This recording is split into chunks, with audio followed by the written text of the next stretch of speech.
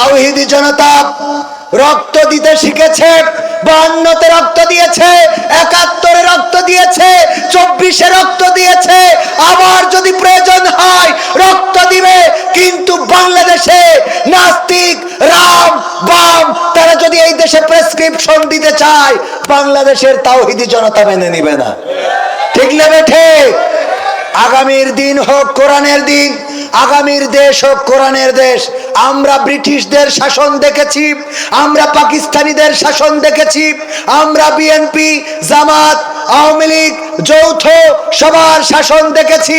কিন্তু এই শাসনগুলোতে আমরা দেখেছি কোরআনের অনুপস্থিতি, এই জন্য শান্তি আসে নাই। আগামীর শাসন দেখতে চাই কোরআন দিয়ে হবে, আর কোরআনের শাসন যারা করতে চায় তাদের পক্ষে থাকতে আমরা রাজি আছি না নাই? আমাদের বক্তব্য ক্লিয়ার। যদি আওয়ামী লীগ কোরআন কায়েম করতে চায়, সেই আওয়ামী লীগ করতে আপত্তি নাই। বিএনপি যদি কোরআন কায়েম করতে চায়, সেই বিএনপি করতে আপত্তি নাই। কিন্তু জামাতে ইসলাম যদি কোরআনের বিপক্ষে দাঁড়ায়, সেই জামাত ইসলামের বিরোধিতা করতে আমাদের কোনো আপত্তি নাই। ঠিক না ঠিক? আমার কথার সাথে কারা কারা একমত দেখতে চায়? এমপিরা সব কোথায় গেল? মন্ত্রীরা সব কোথায় গেল? কোথায় কাদের কাকা? তাদের সারা দেশটা এখন লাগে ফাঁকা ফাঁকা।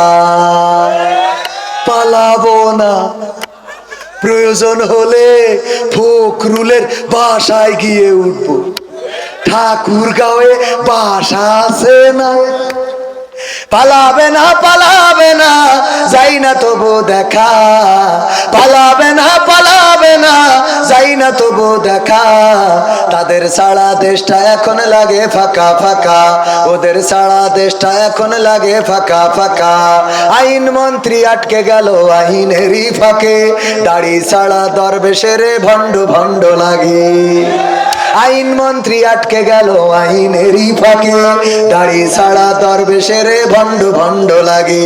শুনছি কত নেতা নেত্রী খাইতেছে ভাই ডান্ডা, বিচারপতি কালামানিকের ফাটিয়েছে আন্ডা। পলকের ঝলক গেল, পলকের ঝলক গেল থামিয়ে নেটের চাকা। তাদের সারা দেশটা এখন লাগে ফাঁকা ফাঁকা, ওদের সারা দেশটা এখন লাগে ফাঁকা ফাঁকা। কই গেল সেই সংসদেতে মমতাজের গান? কোথায় গেল হযরত বলা শামীম ওসমান? কই গেল সেই সংসদেতে মমতাজের গান? কোথায় গেল হযরত বলা শামীম ওসমান? ইনু মেনন্দীপু মনি আছে কারাগারে, বাপ করিলেও পাপ কখনো ছাড়ে কি আর তারে। কোথায় গেল স্পিকারের, কোথায় গেল স্পিকারের দৃষ্টি আঁকা বাঁকা? তাদের সারা দেশটা এখন লাগে ফাঁকা ফাঁকা, ওদের সারা দেশটা এখন লাগে ফাঁকা ফাঁকা। কোথায় গেল আরাফাত আর ব্যারিস্টার সুমন? কথা বলার সময় তারা করেনি ওজন। মুরগি কবির খাইছে ধরা, জাফর কোথায় আছে? গোপনে কি সেও গেল মোদি দাদুর কাছে?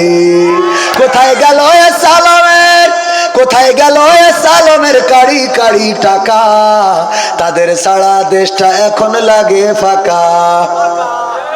লাগে না? লাগে না? ফাঁকা ফাঁকা লাগে। কিন্তু এই সমাজের এখনো পরিবর্তন আসে নাই।